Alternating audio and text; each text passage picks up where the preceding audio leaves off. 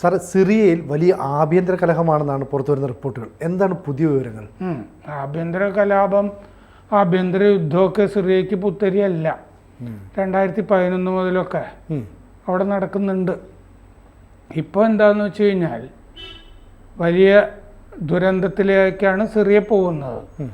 കാരണം ഇസ്രയേൽ ഇപ്പോൾ വെടിനിർത്തൽ കഴിഞ്ഞ് തെക്കൻ ലെബനനിൽ നിന്ന് പിൻവാങ്ങുന്ന മട്ടാണ്. അതുപോലെ ഹിസ്ബുല്ലയാണെങ്കിൽ നാശകോടാലിയാക്കി കഴിഞ്ഞു. ഇസ്രയേൽ ശക്തി ക്ഷയിച്ചു ഹിസ്ബുല്ലയുടെ. അപ്പോൾ ഹിസ്ബുല്ലയ്ക്ക് ശക്തി ക്ഷയിക്കുകയും ഇറാൻ്റെ ശക്തി ക്ഷയിക്കുകയും റഷ്യ യുക്രൈനിൽ തളച്ചുവിടപ്പെടുകയും ചെയ്തപ്പോൾ സിറിയയ്ക്ക് സഹായിക്കാനായിട്ട് ആരും ഇല്ലിപ്പോൾ. അപ്പോൾ അതുകൊണ്ട് സിറിയയ്ക്കുള്ളിലെ വിമതര് Hayat Tahrir al Sham HTS എന്ന് പറഞ്ഞ തീവ്ര സംഘടന, Hayat Tahrir al Sham HTS, അവർ സിറിയയിലെ ഏറ്റവും പ്രധാനപ്പെട്ട നഗരമായ ആലപ്പോ പിടിച്ചു കഴിഞ്ഞു. ആലപ്പോ ഇപ്പോൾ സിറിയൻ ഭരണകൂടത്തിന് നഷ്ടമായി. അതാണ് സംഭവിച്ചിരിക്കുന്നത്. ആഭ്യന്തര യുദ്ധത്തിൽ ഒരു പ്രധാനപ്പെട്ട നഗരം സിറിയയുടേതല്ലാതായി മാറി. അപ്പോൾ ഈ വിമതർ പുറത്തുനിന്ന് അവിടെ വന്ന് അറ്റാക്ക് ചെയ്യുകയാണോ ചെയ്യുന്നത്? അല്ല, വിമതർ ഇതിൻ്റെ അകത്ത് തന്നെയുള്ള ആളുകൾ തന്നെയാണ്. ഈ ഹയാത്ത് തഹ്രീർ അൽ ഷാമൊക്കെ കുറെ കാലമായിട്ട് അത് പലതും ലയിച്ച് പലതും വിട്ടുമാറി പിന്നെയും ലയിച്ച് അവസാനം രൂപപ്പെട്ട ഒരു പ്രധാനപ്പെട്ട ഇപ്പോഴത്തെ വിമത സംഘടന Hayat Tahrir al Sham HTS എന്ന് പറയുന്നതാണ്. ഈ HTS ഇപ്പോൾ ആലപ്പോ പിടിച്ചതിൻ്റെ കാരണമാണ് ഞാൻ പറഞ്ഞത്. മുമ്പാണെങ്കിൽ ഇത് സംഭവിക്കില്ല.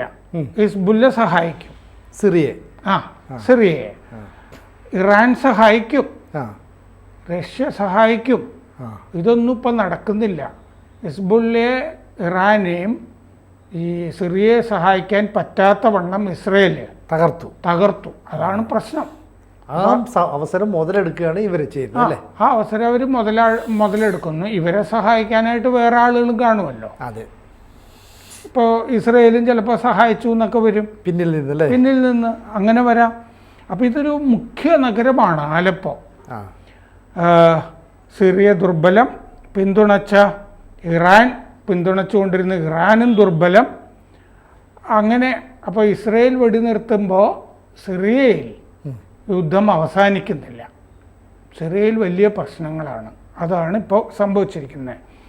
ബഷർ അൽ അസദാണ് അവിടെ ഭരിച്ചുകൊണ്ടിരിക്കുന്നത്. വലിയ തിരിച്ചടിയാണ് ഇപ്പോൾ സംഭവിച്ചിരിക്കുന്നത് അയാൾക്ക്. മോസ്കോയും ടെഹ്റാനും ഒക്കെ, അതായത് റഷ്യയും ഇറാനും ഒക്കെ സഹായിക്കുമെന്നാണ് അയാൾ കരുതിയിരുന്നത്. ലെബനനിൽ ഹിസ്ബുല്ലയെ ഉന്മൂലനം ചെയ്യുമ്പോൾ പ്രശ്നം ഡമാസ്കസിലെത്തുമെന്ന് അയാൾ കരുതിയില്ല. ഡമാസ്കസ് ആണല്ലോ തലസ്ഥാനം സിറിയയുടെ. ഈ ഹിസ്ബുള്ള നശിച്ചു കഴിയുമ്പോൾ പ്രശ്നം അയാളുടെ രാജ്യത്തായിരിക്കും എന്നുള്ളത് അയാൾ സ്വപ്നത്തിൽ പോലും കരുതിയിരുന്നതല്ല. ഇപ്പം അങ്ങനെ വന്നു. പണ്ട് ഈ കാസിം സുലൈമാനി എന്ന് പറഞ്ഞ ഒരാൾ ഇറാനിൽ ഖുദ്സ് ഫോഴ്സിൻ്റെ തലവനായിരുന്നല്ലോ, വരേണ്യ പട്ടാള സേന. 2020 ട്രംപിൻ്റെ കാലത്താണ് ഈ ഖുദ്സ് ഫോഴ്സ് തലവൻ സുലൈമാനിയെ ഡ്രോൺ ആക്രമണത്തിൽ കൊന്നത്. ഈ സുലൈമാനിയും മറ്റേ നസ്രള്ളയും വലിയ ബന്ധുക്കളായിരുന്നല്ലോ. നസ്രള്ളയുടെ മകനാണ് ഈ സുലൈമാനിയുടെ മകളെ നിക്കാഹ് ചെയ്തത്. അപ്പോൾ ഈ പറഞ്ഞ സുലൈമാനിയാണ് റഷ്യയെ സിറിയയിലേക്ക് കൊണ്ടുവന്നത്. അവിടുത്തെ ആഭ്യന്തര യുദ്ധം നിർത്താനും ആഭ്യന്തര യുദ്ധത്തിൽ ഈ അസദ് ഭരണകൂടത്തിന് സഹായിക്കാനും വേണ്ടിയിട്ടാണ് കൊണ്ടുവന്നത് റഷ്യ. അവിടെ 2015 കൊണ്ടുവരുന്നത്. 2011 ആഭ്യന്തര യുദ്ധം അവിടെ തുടങ്ങുന്നത്. 2012 രൂക്ഷമായി. 2015 റഷ്യയെ സുലൈമാനി കൊണ്ടുവന്നു സിറിയയെ സഹായിക്കാൻ. റഷ്യ പക്ഷേ 2014 തന്നെ യുക്രൈനിൽ ശ്രദ്ധിച്ചു തുടങ്ങിയതാണ്. 2022 2014 ക്രിമിയയിൽ അധിനിവേശം നടത്തി റഷ്യ. അങ്ങനെയാണ് യുക്രൈനിലേക്ക് കയറുന്നത്. അത് 2014. അപ്പോൾ കിഴക്കൻ യുക്രൈനിലും കയറി അന്ന്. 2002 ഇപ്പോൾ 2 കൊല്ലം മുമ്പ് യുക്രൈനിൽ കയറിയല്ലോ, 2022. കയറിയല്ലോ റഷ്യ ഉക്രൈനിൽ. അതിൻ്റെ ഒരു പരിമിത വേർഷൻ ആണ് 2014 നടന്നത്. അപ്പോൾ ഈ നേരത്തെ 2015 സുലൈമാനി വ്യക്തിപരമായി തന്നെ ആലപ്പോയിൽ, ആ സമയത്ത് 2015 ആലപ്പോയിൽ നടക്കുന്ന യുദ്ധത്തിൽ സുലൈമാനി ഇടപെട്ടു വ്യക്തിപരമായി തന്നെ. ഇറാൻ്റെ ഖുദ്സ് ഫോഴ്സ് മേധാവി. അതിന് മുമ്പത്തെ വേനലിൽ മോസ്കോയിൽ ചെന്നിരുന്നു സുലൈമാനി. മോസ്കോയിൽ പോയി ചർച്ചയൊക്കെ നടത്തിയിരുന്നു, നിങ്ങൾ സഹായിക്കണം എന്നൊക്കെ പറയാൻ. 2016 ആലപ്പോ അങ്ങനെ സിറിയ റീകോൺകർ ചെയ്തു, വിമതരുടെ കയ്യിൽ നിന്ന് പിടിച്ചെടുത്തു. 2016 ഇറാൻ്റെയും റഷ്യയുടെയും സഹായത്തോടു കൂടി ആ 2016 പിടിച്ചെടുത്തതാണിപ്പം 8 കൊല്ലം കഴിയുമ്പോൾ നഷ്ടപ്പെട്ടിരിക്കുന്നത്. കഴിഞ്ഞ 2 ദിവസമായിട്ട് ആലപ്പോ സിറിയയിൽ നിന്ന് വിട്ടുപോയിരിക്കുന്നു. പൂർണ്ണമായും നഷ്ടമായി. ആലപ്പോ പിടിച്ചു വിമതർ. റഷ്യയും ഇറാനും ഒന്ന് സഹായിച്ചു. ഹിസ്ബുള്ള 2012 വടക്കൻ ലെബനനിലെ ക്വസയർ വഴി സിറിയയിലെത്തിയിരുന്നു. ഈ വടക്കൻ ലെബനനിലെ ക്വസയർ എന്ന് പറഞ്ഞ ഏരിയ സിറിയയിലേക്ക് ഹിസ്ബുല്ലയ്ക്ക് കടക്കാനുള്ള പാതയാണ്. അതുവഴി ഹിസ്ബുല്ല കടന്നിട്ട് സഹായിക്കുമായിരുന്നു സിറിയയിൽ. ഇപ്പം ഹിസ്ബുല്ലയുടെ കയ്യിൽ സഹായിക്കാനായിട്ടൊന്നും ഇല്ലല്ലോ, പോരാളികളും ഇല്ല, ആയുധവും ഇല്ല, എല്ലാം നശിപ്പിച്ചില്ലേ ഇസ്രയേൽ. 2016 ശേഷം കൂടുതൽ സ്ഥലങ്ങൾ കലാപകാരികളിൽ നിന്ന് സിറിയ വീണ്ടെടുത്തു, ഈ റഷ്യയുടെയും ഇറാൻ്റെയും സഹായത്തോടു കൂടി. വിമതർ അക്കാലത്ത് ഭിന്നിച്ചു പോയി. തുർക്കിക്കൊപ്പം പോയി ചില വിമതർ.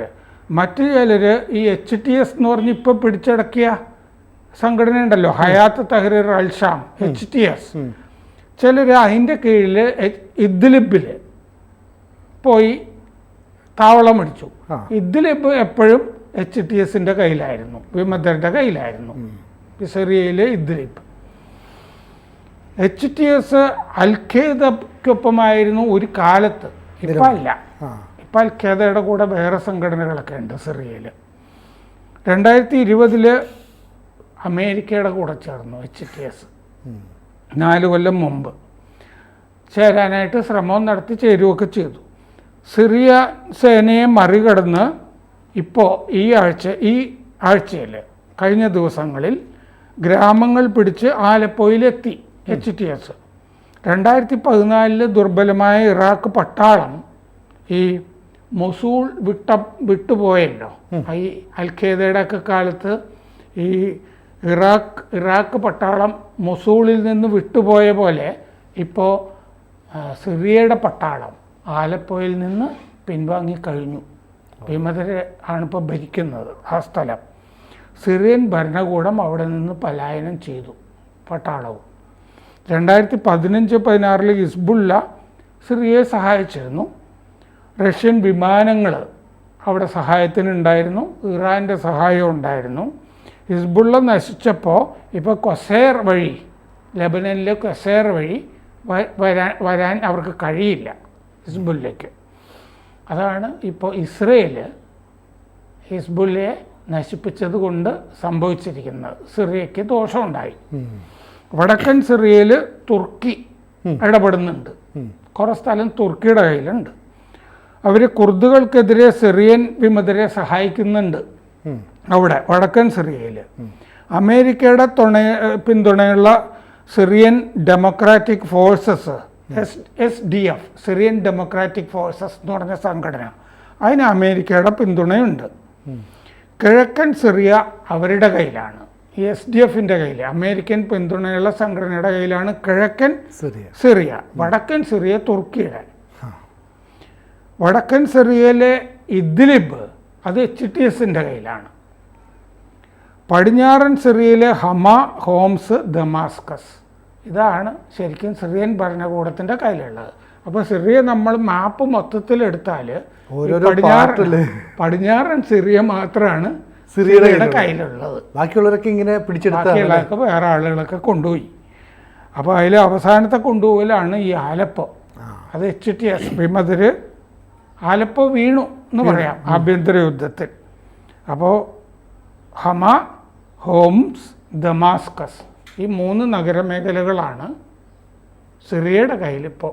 സിറിയ എന്ന് പറഞ്ഞാൽ ആ പടിഞ്ഞാറൻ സിറിയ, അത് മാത്രമാണ് ഇപ്പോൾ സിറിയ. ഇപ്പോൾ സിറിയ എന്ന് പറയുന്ന ഒരു രാജ്യത്തെ പലതായി വിഭജിക്കപ്പെടുകയാണ്. ഒപ്പം ഈ പറയുന്ന അമേരിക്കയുടെ ഇസ്രായേലിൻ്റെ ഒരു പിന്തുണ വിമതർക്കുണ്ടാകാമെന്നാണ് പുറത്തു വരുന്ന സൂചനകൾ തോന്നുന്നു, അല്ലേ? അതാണ് അതിൻ്റെ അർത്ഥം. അമേരിക്ക, സിറിയ, ഇസ്രയേൽ അങ്ങനെയുള്ള സെറ്റുകളൊക്കെ ഇവരുടെ പിന്നാലെ ആയുധമൊക്കെ കൊടുത്ത് കയ്യിലുണ്ടാക്കാനാണ് സാധ്യത.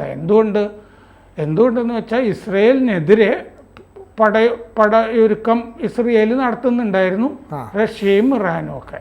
അപ്പോൾ ഈ റഷ്യ ഉക്രൈനിൽ എൻഗേജ്ഡായി നിൽക്കുന്ന സമയത്ത് ഇനി റഷ്യയുടെ സഹായം പ്രതീക്ഷിക്കേണ്ടതില്ല. സിറിയ ഏതാണ്ട് തീർന്നു എന്ന് തന്നെ പറയേണ്ടത്. സിറിയ എന്ന് പറഞ്ഞൊരു രാജ്യം ഭൂപടത്തിൽ ചുരുങ്ങുന്നു എന്ന് പറയാം. കൂടുതൽ വാർത്തകളും വിശേഷങ്ങളും നിങ്ങളിലേക്ക് എത്താൻ ABC മലയാളം സബ്സ്ക്രൈബ് ചെയ്യുക, ബെൽബട്ടനും അമർത്തുക.